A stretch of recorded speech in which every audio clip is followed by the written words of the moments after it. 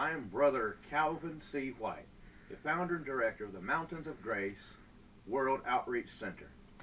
And in this message here, you know, the day of Halloween is coming up, and as the day gets closer, the question's asked, can Christians celebrate Halloween? So the title of this message is Halloween.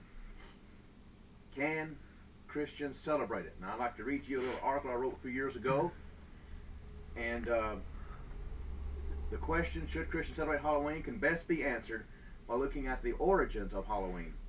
Now the majority of this information was taken from Chick Publications, which is a Christian publishing company in California.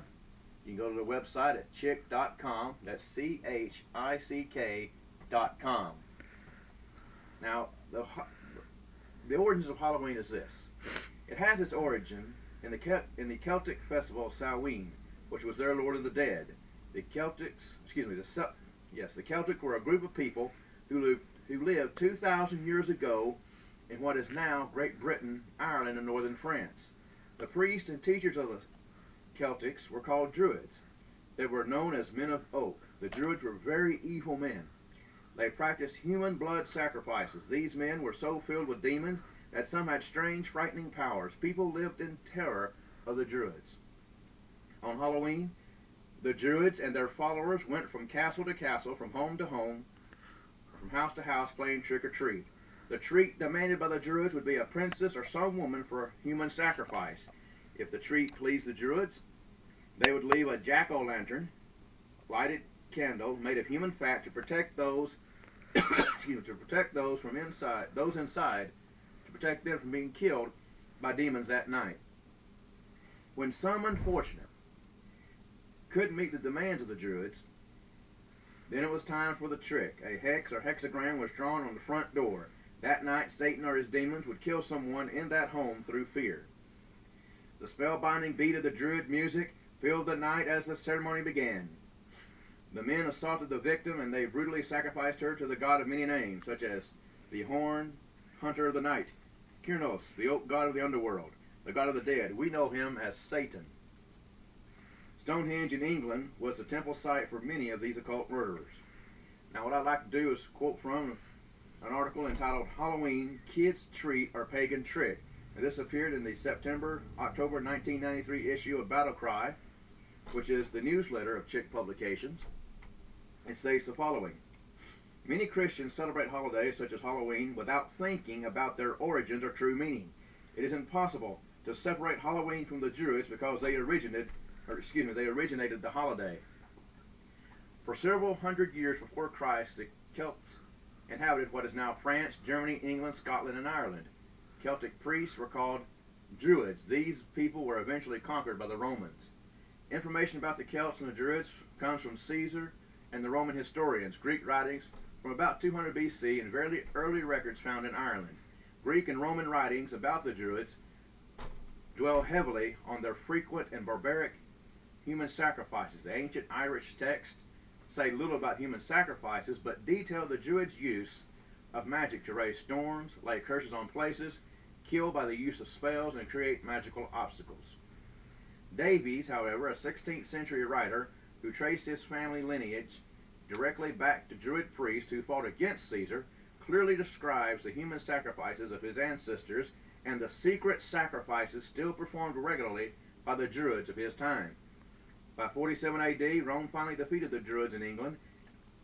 Excuse me. Excuse me. By 47 AD, Rome finally defeated the Druids in England and outlawed human sacrifices, and the few remaining Druids went underground. Today, a growing group of people claiming to be of direct Druid descent still practice their religion, including human sacrifice. Those in England still perform ceremonies at Stonehenge. October 31st was celebrated by the Druids with many sacrifices and a festival honoring their sun god and Samhain, the Lord of the Dead.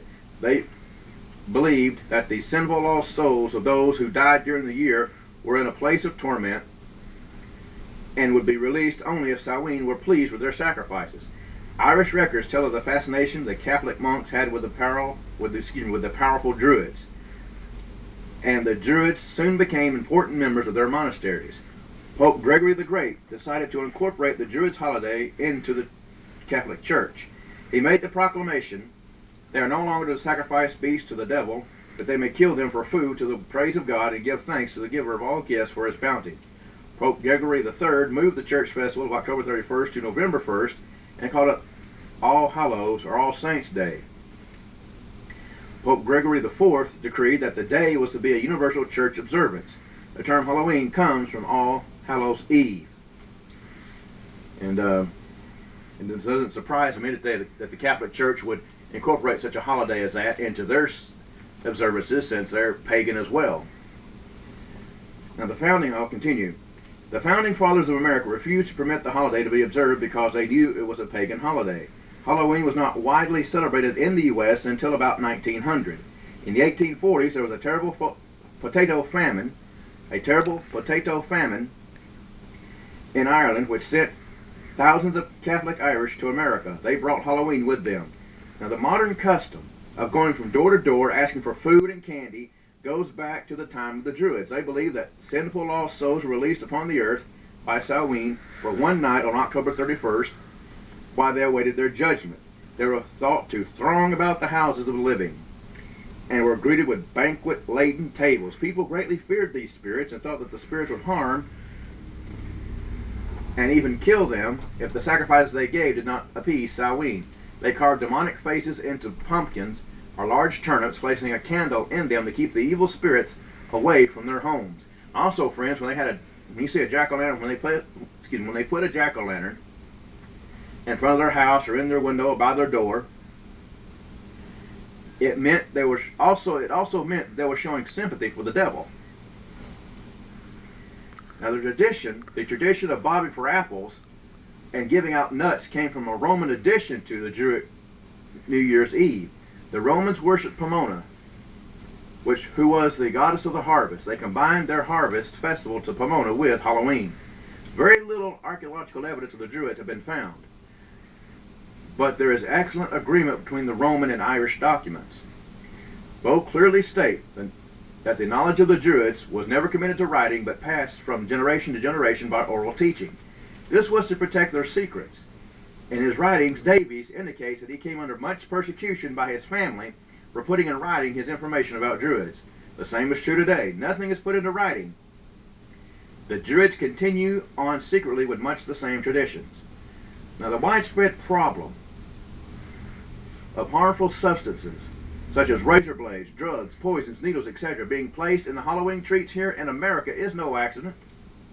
Testimonies of several ex-Satanists show that these children killed and injured by the treats are sacrifices to Satan, or Samhain. Excuse me, a little gnat there, I'm sorry. Satanists throughout the world continue to perform human sacrifices on Halloween. Is this something you want your child to participate in? And my friend, a firm no, amen, a firm no should be the answer of every born-again, Bible-believing Christian parent. And right now I'm going to quote to you and read to you from Deuteronomy chapter 18. Okay. Okay, well, I'll tell you what I'm going to do. We're going to continue this in part 2. And when we continue part 2, we'll read from Deuteronomy chapter 18, verses 9 through 14. We'll see you in part 2.